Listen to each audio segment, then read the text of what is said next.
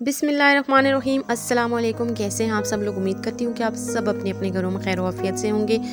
हमेशा की तरह आज अबीरा फूड सीक्रेट्स में आपको बहुत ही मज़ेदार किस्म की रेसिपी बता रही हूँ। बहुत सी रेसिपीज़ आपको मैंने दी हैं। अगर मेरी रेसिपीज़ आपको अच्छी लगती हैं तो लाइक ज़रूर कर दीजिएगा और मेरे चैनल को सब्सक्राइब कर दें, बेल नोटिफिकेशन को ऑन कर दें ताकि हर आने वाली वीडियो आपको आसानी के साथ मिल सके। आज हम बना रहे हैं जी चने के दाल के कबाब बना रहे हैं और बहुत ही मज़ेदार, बहुत ही यमी किस्म के कबाब बन रहे हैं चने की दाल के।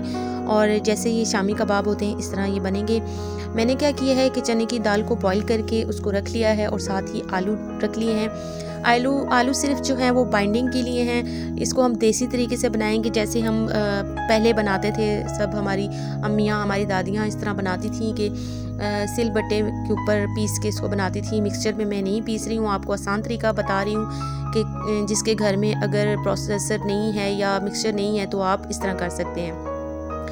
यहाँ पे मैंने ले लिया है 4 से 5 टेबल स्पून धनिया ले लिया है, साबुत धनिया है ये। साथ ही इसके अंदर मैं लाल मिर्चें ऐड करूँगी। लाल मिर्चें और जो नमक है वो हस्बे ज़ायका आप अपने हिसाब से डालेंगे, ठीक है। चाट मसाला इसमें मैं ऐड करूँगी। ये होममेड चाट मसाला है, ये मैंने आपको बनाना बताया हुआ है, आप इसमें डालिएगा। ज़ीरा इसमें ऐड करूँगी मैं और 2 से 3 चम्मच इसमें ज़ीरे के जाएंगे, ठीक है। ज़ीरा इसमें काफ़ी सारा जाएगा, अच्छा लगता है।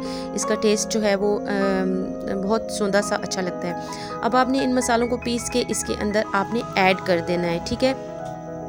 नमक और मिर्चें मैं फिर आपसे कह रही हूँ अपना हस्बे ज़ायका इसमें ऐड करनी है। चिकन पाउडर इसमें आपने ऐड कर देना है और अनारदाना इसमें आपने ऐड कर देना है। सब्ज़ धनिया और पुदीना आपने इसमें ऐड करना है। धनिया की मिकदार जो है आपने ज़्यादा रखनी है और पुदीने की मिकदार आपने कम रखनी है। पुदीना इसमें मैंने 1 किलो दाल थी, 1 गट्ठी इसमें धनिया की जाएगी, 3 से 4 टेबल स्पून इसमें जाएगी पुदीना। यहाँ पे मैंने प्याज को 4 से 5 अदद मैंने प्याज दरमियानी साइज़ के लिए हैं और इसको बिल्कुल बारीक इसको पीस के और इसका मैंने पानी रिमूव कर दिया और ये इसमें डाल दिया।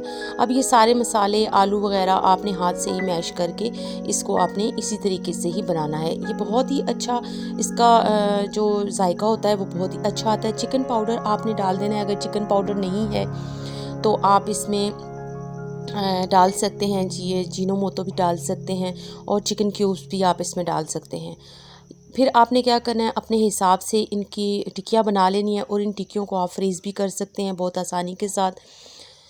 ये कम से कम 1 महीने तक आपकी ये टिक्कियाँ ख़राब नहीं होंगी। 1 महीने से ज़्यादा भी चल जाती हैं अगर बार बार इसको ना निकाला जाए तो। ये बहुत ही अच्छा इसका जो होता है ये रखी होती है। हर वक्त बना के घर में आप रख सकते हैं। कोई मेहमान वगैरह आए तो आप उसको भी बना के दे सकते हैं। आप चावल बनाएं, पुलाव बनाएं या किसी किस्म का कोई भी बनाएं, स्नैक्स के तौर पर भी आप इसको इस्तेमाल कर सकते हैं। इस तरीके से आपने बना के इसको रख लेना है और बहुत अच्छे से इसको फ्रीज़ भी आप कर सकती हैं।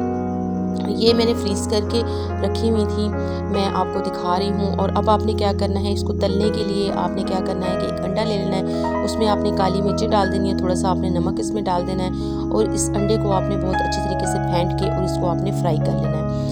ये आपके स्नैक्स बहुत ही इजीली आसानी से घर में तैयार हो जाएंगे। किसी टाइम भी आपका दिल चाहे तो आप इसको केचप के साथ या आप इसको चटनी के साथ इस्तेमाल कर सकते हैं। बर्गर वगैरह इसके बना सकते हैं आप इसकी सैंडविच वगैरह बना सकते हैं। बहुत से तरीक़ों से ये इस्तेमाल होता है, बहुत से तरीक़ों से ये खाया जाता है।